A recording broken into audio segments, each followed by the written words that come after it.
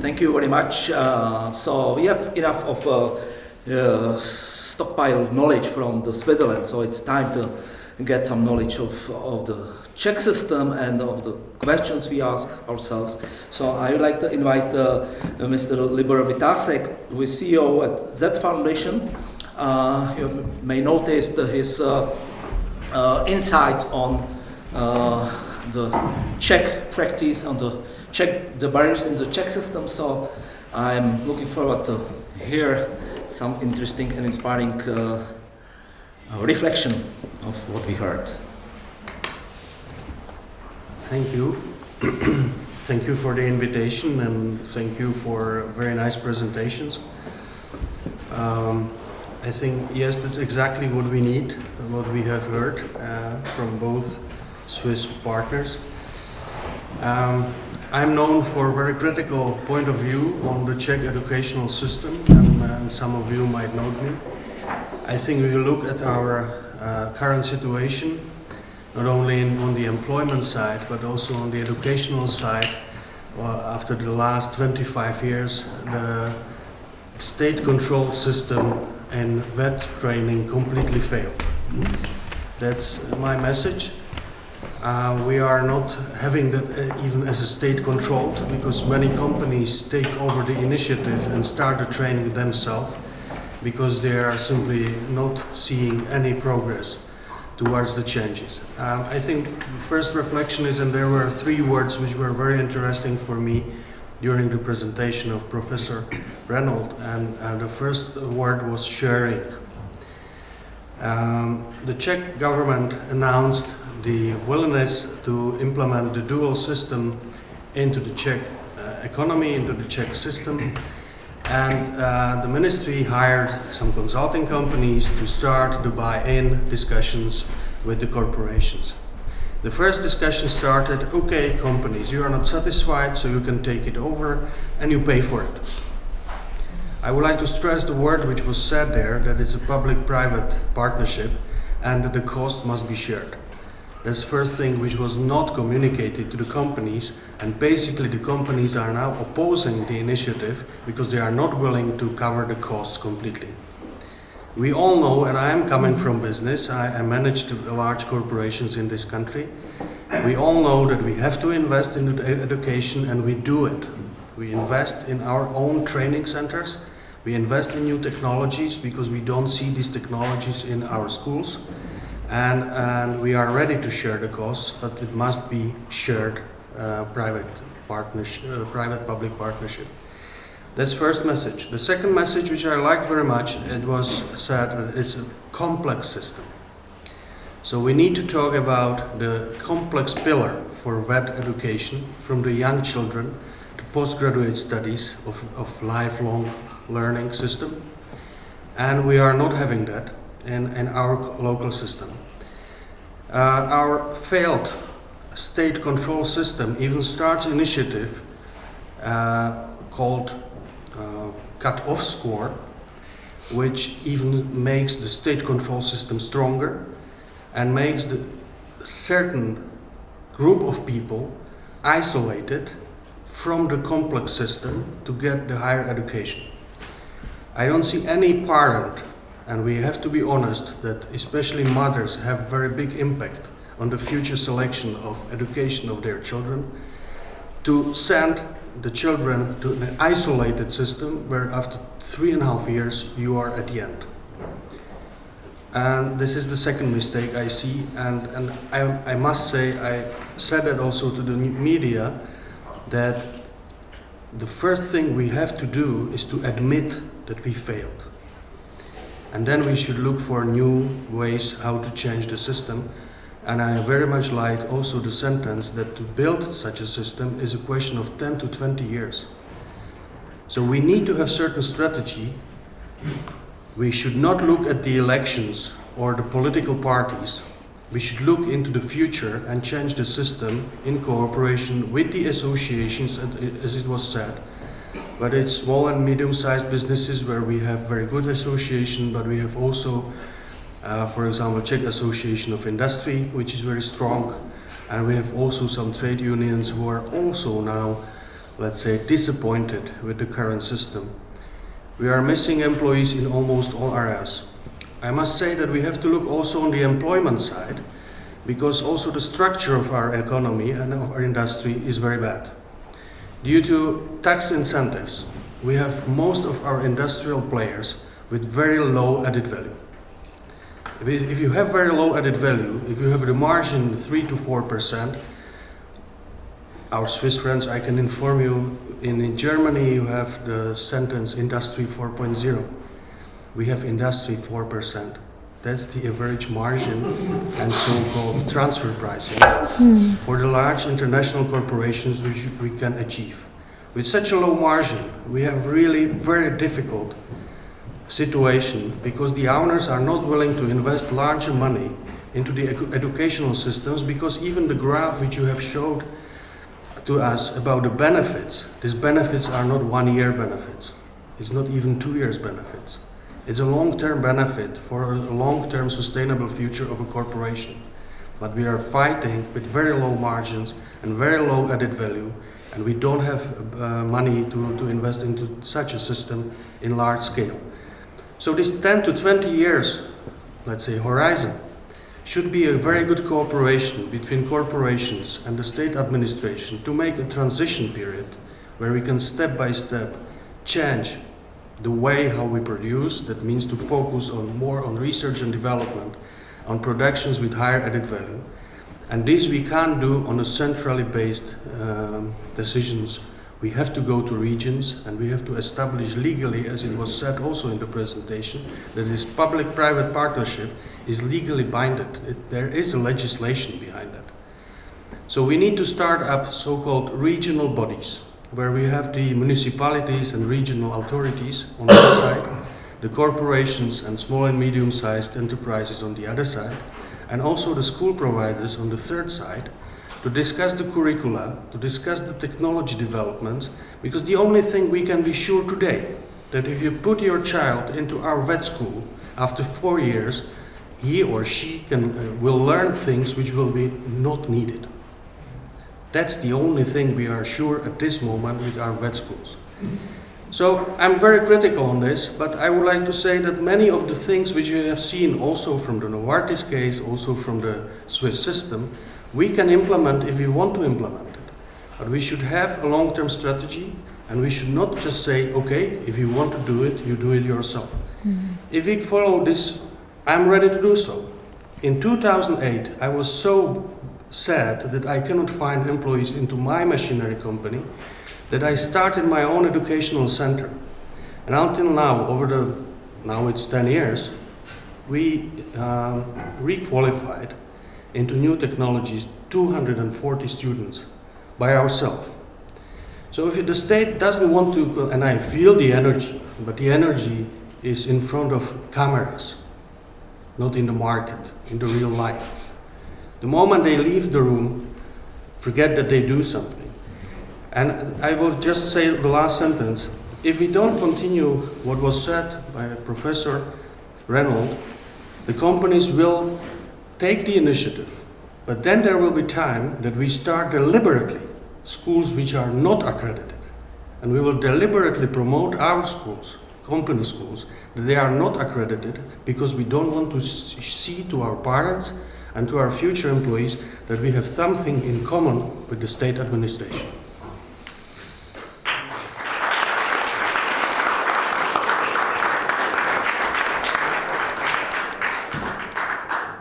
Thank you very much. Last but not least will be Karel Gargulák from the Ministry of Schooling, Youth and Sports, from the Department of Strategies and Analysis, to provide us the final insight before we start the panel discussion. So just technical note, these microphones are here for recordings, not for you. So don't mind that you don't hear it from loudspeakers. Okay? So, Karel, yeah, the floor is yours. Thank you for the invitation. Thank you for the Swiss Embassy, and thank you that you allowed me to stay here with after the great presentation, after Libor Witassek, which I consider is one of the really, my friend, he's also an apprenticeship, and he just say he's one of the best managers he ever met. So it's really great to be here. for me, but it's really hard to talk under him because he don't believe that the state can have any kind of solutions for its vocational education system. So it's really hard for me to say something. Basically, I want to start with, you know, the short description of the Czech system, and then we know how it works. Actually, it's a school-based vocational system at the upper secondary level. Yeah, we got the pathway at also non-tertiary and also at the university or the tertiary part. But actually, the main concentration of the EOET that is pretty similar in when we are talking about the aggregated data to the Swiss model. Actually, we would like a 75% at the vocational education part of the system. But actually, the problem here is that there is. It's school-based. Actually, the story about how it was created, it's the liberalization of the 90s. Yeah, actually, when the state plan economy was real, and actually when the international capital also came to the system. Yeah, and when also the great liberalization in the school system came in. Actually, and the level of the decentralization of the system is so much huge that the responsibility of the curriculum, yeah, actually about the allowance, what is actually happening in schools is so much in the schools, but actually they are alone in that, yeah, and it's about them, how they collaborate with the employers, but actually there are no such so much tools to motivate them to do it appropriately and in a good way. Yeah, that's like empirical problem that we are facing in. Yeah. And the other thing is that basically the lower part of it, so the apprenticeship part of the system, yeah, is facing the huge problem with the low quality. Yeah, the people don't trust, the parents don't trust to put their children in that part of the system. Yeah, and also. The big problem is enough of its digitalization of the system in whole system, in the collaboration between the providers and the actors of our contemporary economy. Well, the other thing is, and what's happening actually, this is the environment that we are dealing now, yeah, actually, but I think the situation is a little bit changing, yeah. We are, as Mr. Witassek described, we are still at the lower part of the economical chain, yeah, actually, we are still like the subcontractors and it's still the added value of yeah, actually the margin that was mentioned, yeah, actually the profits for the Czech companies are still low because we are still dependent and we are in a part of the economic cycle. But actually there are many new Czech firms that they are creating great technologies with higher added value. Actually they are selling it in the foreign business in countries, and then these are the hope for me, actually a hope for the whole system to create the institutional framework and they step together. And Mr. Witassek is an example of it. He says, actually, no, state is not helping us. Yeah, come on, guys, let's do it by ourselves. Yeah, actually, like under the system. But actually, I think state have to react. Yeah, and have to react. Actually, the role of the ministry, which, and I have to stress it. Actually, I'm not the voice of the ministry. Yeah, I'm only the voice of the analytical part of the ministry. Yeah? So, is to take these incentives, yeah, and make it in some kind of institutional change, yeah, and give us like the financial and the legal, financial and informational tools to provide this and react on these actions. Yeah. But still, the system is really decentralized, yeah, and it's really up to the regional, and it again. I'm following what Mr. Witassek said. Yeah, it's really about the regional actors, yeah, and their responsibility because the regions are still the founders of the schools, yeah. So this is really important. And if we are pretending that the mentality of the systems is also based on that the ministry is really important, yeah. But actually, the responsibility in the system is not so much. The position is not so clear in this way, actually, and the founders are, I think, much more involved.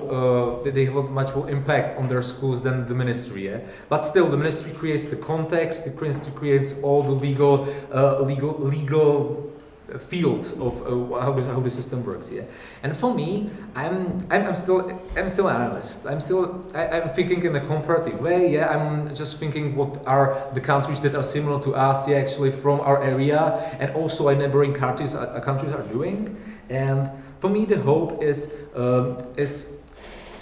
the institutionalization, and this is what I want to stress. Yeah, actually, when you want to create some kind of supporting, you want to create a strategy, and if you want to like make this change, this is for like 20 years or something like that. Yeah, you have to like. From the central point of view, create the capacities of the ministry, the analytical capacities for the evidence-based approach. Yeah, this is really important. We don't have we don't have so much data as we want. Yeah, and we discussed it already with Mr.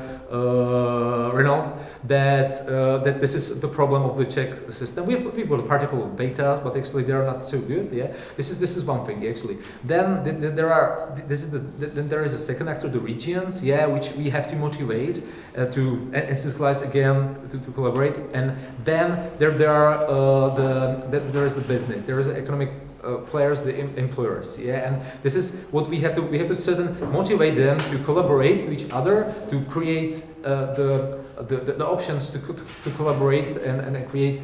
Yeah, this kind of environment then, and also we have to count with the schools, yeah, and this is one of the things that is really failing in the context where there are some kind of when the countries that are from our area try to implement the dual model, yeah, actually they always forgot about the schools. They sometimes forgot the schools. I always use the Slovakia case. Because yeah, this is really an example, yeah. Because the Slovakia they provide the legal framework to do it, and actually we were discussing that, for example, Serbia is doing the same thing. Actually, they just tell us that they need a law, yeah, to provide, and then after then, because every systematic change here in Czech Republic is through the laws, yeah, through the legislation, through legal framework. This is how all the systems changes in any educational system are happen. And the thing is that they certainly motivate a little bit the companies to participate in the system. They still get the responsibility of the training and the qualification agreed to the schools, but actually they just a little bit push them more to the curricula definition and all this stuff. But they forget the whole institutionalization that is connected with the practical training that is provided contemporary by the schools. Yeah, and that's the problem. Yeah, because now we have got like really a huge, strong, institutionalized part of the schools that are providing the practical training, and you have to think about what to do with them, yeah? And for me, it's like to somehow switch the institution that is based from the schools to the companies, yeah? To just give them, and it's about the sharing the cost, yeah? Just give them the properties, give them, yeah, the experience they've got, and just like connect it into, and of course you have to do it with in a legal way, and also about the financial instruments that you are having in the system, yeah? And this is, I think, like really general perspective of the steps, what we can do in a few next years, and I'm sure that the ministry will think in this way, and I'm here to, because my responsibility is to preparing to create the strategy till 1930. I'm the guy that is trying to administrate the process of the preparation of the strategy, so I hope that this pattern will be, and this field will be represented in the strategy and will be in there, yeah, so. That's what I want to say.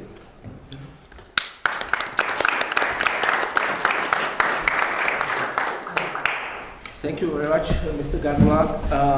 We are a little bit short of time, and the solution is simple. I will give up my time slot, and yeah, great.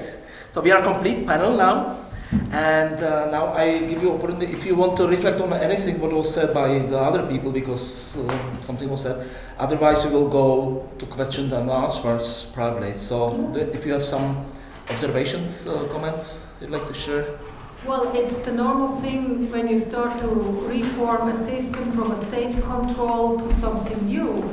It's this tension which I felt between the persons from the Czech Republic is totally normal, and I have to say it's also good.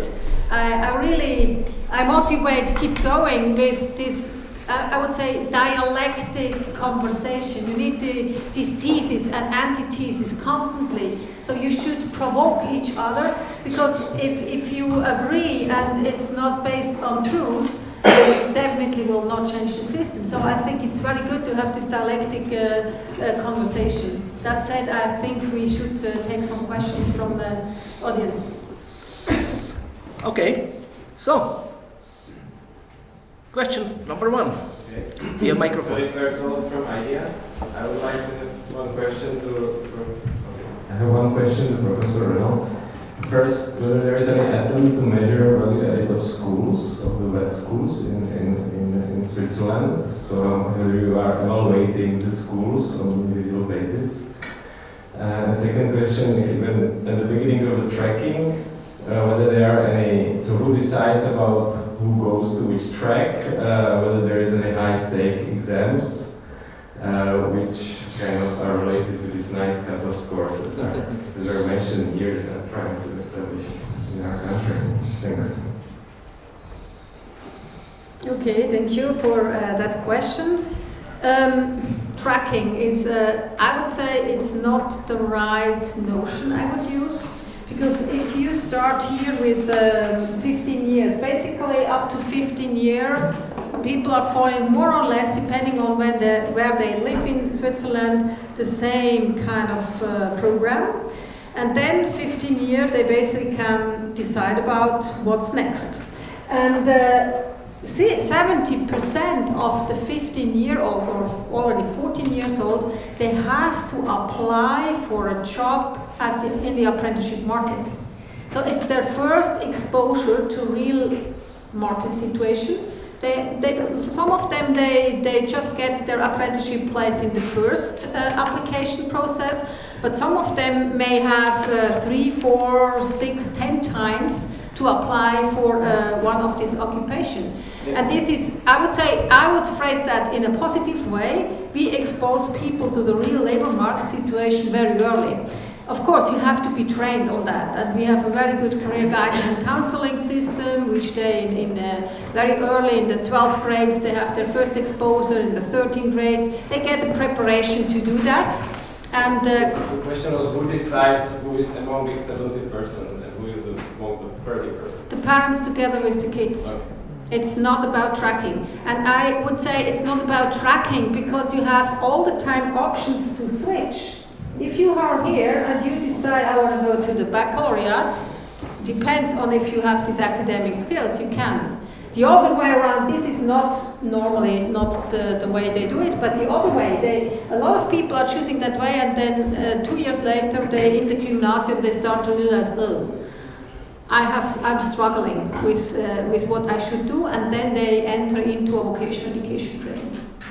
The schools, I mean, in our legal framework, we have an Article 8 saying all activities in the VT system must have a quality insurance activity. So all the schools are first of all qualified, they have a quality system which they can choose off which one they want to, but they have to apply such a system, so they measure their quality by themselves. And with regard to the students, it's of course the selection process. So with the monitoring process, we see if they pass the test or not. And if the representative group is not passing the test, the question is why. And then basically the schools start to discuss about or have to legitimate why they are bad compared to other schools. We have national standards, you know. It's not that every school can do what they want. Our national curriculum is a national curriculum, so all of them need to fulfill the same standard, and therefore it's a kind of external qualification standard which they have to fulfill, but they are free how to do it. Did you say it to our Prime Minister? I didn't have the chance to meet him. Okay, thanks. Question number 2 is there. There is microphone on your left. Hello, my name is Paul Kramer. I work in the field of innovative education, and I have a question to Mr. Witassek. I actually feel that it's almost sure that the companies will have to take over and start a system of education themselves without the Ministry of Education, just because it's already too late, so it will probably happen. But I have a question, how big a system you can create with your own resources? Because I think we speak about hundreds of thousands of pupils, and I actually think that the idea to make a system that is outside the educational system is a very good one, because it's the best advertisement for the parents, because not many parents believe in the system. But I don't imagine how technically you can do it. Well, thank you for the question. I will first make a small comment to Professor Renold. I'm trying to provoke the discussion. Yes, you are right. The companies will most probably make the qualification of people themselves because they have no other choice. On the other hand, I must say that, and I admit that what my colleague said about from the ministry, that there is still the way to cooperate with the local schools. So most of the companies I know and I managed, we tried to influence the curriculum on certain schools, especially vet schools. But it's very individually based. If you have a smart director, he follows, he listens, he can do it, but he also can say, well, I have my rules from the CRAI, from the regional authority, and I do what I need to do. So it's rather difficult because there is no this legal framework which was said, and I said that we need to start with the legal framework of a complex system where the children, from the young children to the lifelong learning, will have the opportunity. The fact that the company will make the requalification just for their job is not enough to cover the lifelong learning system, because especially if you are in industry, that means you are looking for technically oriented people, you need to influence already the small children that they have affinity to these fields.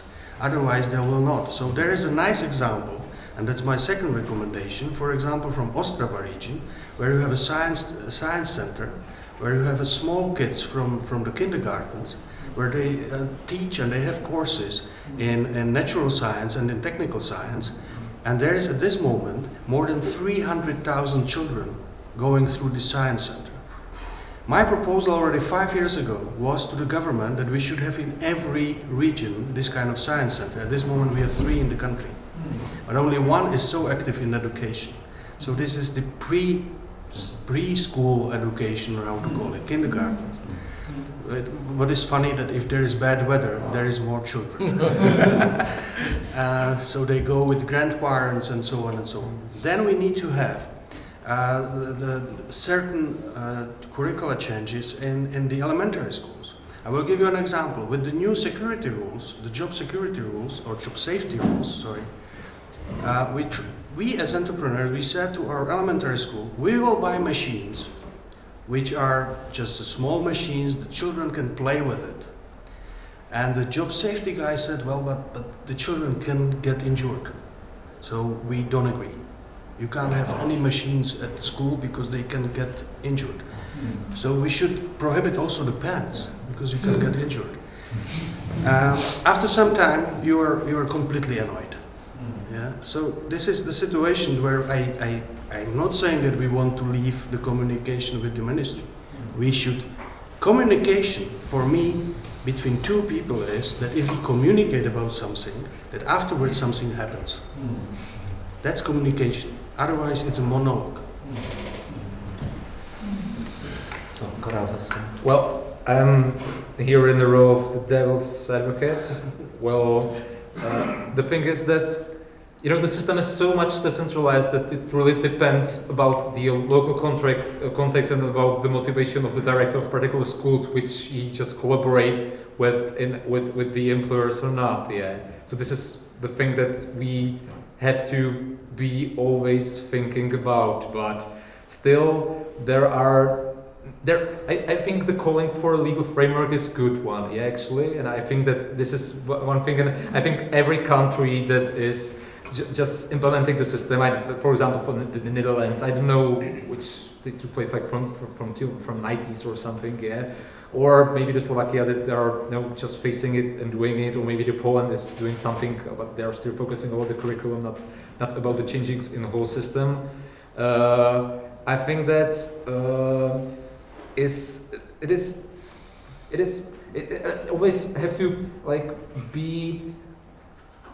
It really depends about the personalities of the guy and about the trust in the system and about the networks in the system, and this is how the system works actually. And then there is a huge bureaucratic mentality in the system also, yeah, and that's the things that Mr. Witassek is describing, that it is annoyed by some kind of stupid rules that are implemented in the system, and about the particular individual decision that this, like the machinery is not allowed to be in the school, yeah. So I don't know how to do it in a complex way, how to deal with all these incentives that are in the system, but still I believe that when we are making when we are institutionalizing all the actors in some kind of legal framework, yeah, that they have to collaborate, yeah, but actually that they are motivated to collaborate, yeah, that this is really important part, that it's not a duty, but actually they are motivating to be a part of the system. I think that this is the way that we can handle the future. May I contribute to that? I mean, you mentioned a very important point, is this institutional topic, and I agree with you. That's really, I mean, the reconstruction or re-engineering of how your institutions are working together is the crucial point. There, from research, we have this institutionalism theory, you know, that we know a lot about how to incentivize. I mean, what is a social institution? It's a common pattern of behavior towards a collective end. And the question is how you can organize a common pattern of behavior. So so that all the people basically share their collective end and go in the same direction. For that you need incentives. And the incentives for school may be different than the incentives for the companies. But I think only together you will come to the conclusion what is the best way. And I would say it's definitely a good way forward to develop first a strategy, maybe to try out what works in your context with regard to a dual education. And then as soon as you have a proof of concept, which is evaluated, you may do the legal regulation. Or I'm not a fan of starting with the legal regulation if you don't know what works, but I start to learn that there are countries who try to do that, and it depends a little bit on your culture how how fast you can change legislations. Switzerland, it takes too much time. We first think 10 years until we do it, and then we do it carefully, and then it works, but in some countries it's the other way around. But definitely you need an institutional setting and a common share of values, and I think we are not there at that point where I feel, I mean, I'm first time here in Prague, so you may have that common attitude, but this is the driver behind this partnership. Without, and it can be tensions between what the one side is asking for, but you need to share your values, where you want to go in 10 years. And if the Minister of Education is developing a strategy, that's one thing, but it's maybe not shared by the other partners. So as soon as you have a draft, you should try to involve them, and so that they can contribute in a sense that at the end you have this common and shared value. Thanks. I have a question. I have the priority here. At the lunch, we discussed the power of information. Remember how influential it could be if you can document your arguments with reliable information. So I know it's not easy, but could you wrap up and maybe you can reflect on what is the importance of data research, piloting things to prepare grounds for change? Yeah, I can say I'm back in research. I was 12 years in the federal administration. Before I was in research, and now I'm again back, because I see without evidence it's very difficult to help other countries to overcome the problems they have. First of all, because I make my own experience. I share with you in 2003, my minister get a political intervention. We should subsidize companies so that they train. And he was to give me a phone call. What is your opinion? I say, oh, I have new evidence. Don't do that. Because we actually, that was the first study on cost benefit. We just get the results, and I was realizing, okay, it's basically a business case. Why we should spend subsidies for company that's win for profit for companies, and we may use that money differently. So I could inform him, and basically the parliament agrees upon that, and we basically start to realize, okay, with evidence we can mitigate opinions, and therefore at that point we were starting to launch research programs in collaboration with different universities, because we were starting to realize we have no evidence. In 2000, Switzerland did not have any evidence on how the vocational system works. It works, but we didn't know why. And since then we invest a lot in research, and actually I would say a lot we can explain now due to that research and due to investment in a monitoring system, in statistics, in researcher. For me, I mean, I'm convinced evidence-based policy is much better policy than the opinion-led policy. It's where it can change from one government to the other, and then you have all this fluctuation and nothing really moves forward. As you have said, I agree with you. I mean, in Switzerland, in my position, I had all the competence to decide. It was not the minister. The minister only did lead the way in the legislation until the new law was enacted. After that, I had all the power, and independently, if the minister changed, we were stable at the administration. And stability to reform a system is such an important aspect. You can see it in all the other countries. Every 4-year new government. The minister the prime minister starts again with a new strategy, but nothing is implemented. And that's why people get fatigued if they constantly are bothered by new reflection, new strategy, new paper, only paper, but no action in the reality. This is a little bit what I understand you have said. And therefore I would say, yeah, keep and go together. It's also important to involve the industry, because the industry is independent of. That's why you were mentioning that the initiative should be led by the industry. I agree. I don't agree when you are saying we do that alone, because we have to think about the student, and the recognition of diploma must be done by the ministry. But the lead is well done if that is led by the industry, and you are not affected by governmental change. Something, Sandro?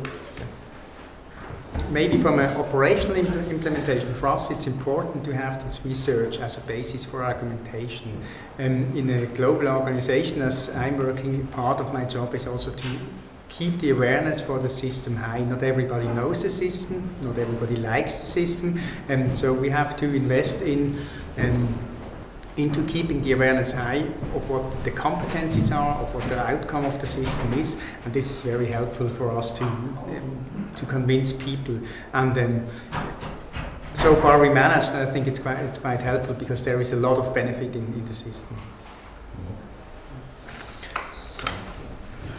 Yeah. I just want to say and agree with Mr. Renold that, like, the improvement of the evidence in the Czech educational system and the role of the ministry in this field, it's so much important, and in the system which is really so much decentralized. Yeah, and I also remember your argument from the you say when you are trying to convince the cantons, your regional bodies, to do something, you've got the data on your side. Yeah, and this is really important. Yeah, and actually I hope that we will make progress in this, and actually we'll just give the straight advice and make also the public attention on the particular themes that are important in the regional context. And this is what I always stress, and now it's recorded, so I'm just stressing this to my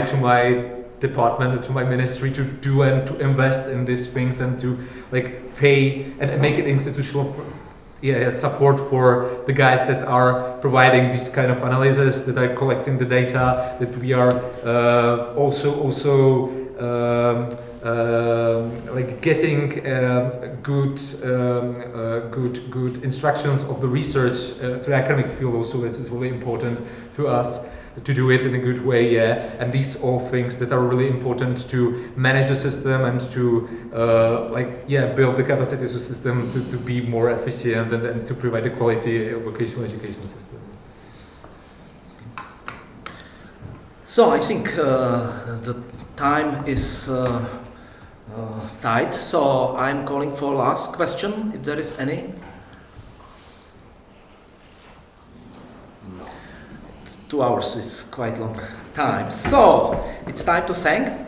I'd like to thank our partner, the embassy, and His Excellency, Mr. Ambassador, for the joint preparation of this event and for making it happen that all the panel members were here, especially Professor Renold. Thank you very much. Sandro Crameri, Mr. Witassek, and Karel Gargulák. Thank you very much for coming and sharing your ideas with us here. Thank you for coming in this busy time before Christmas, and please accept our invitation to. That's true. We are going to invite you jointly with Mr. Ambassador. No. Of course. Thank you very much for coming, for your interest. And yes, you are all invited to the reception we prepared in the adjacent room. Thank you. But you have the final word.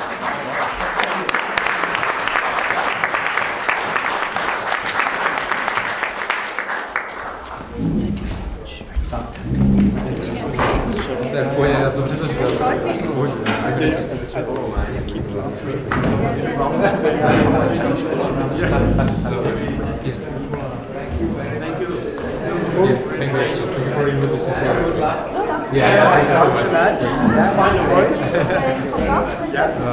you.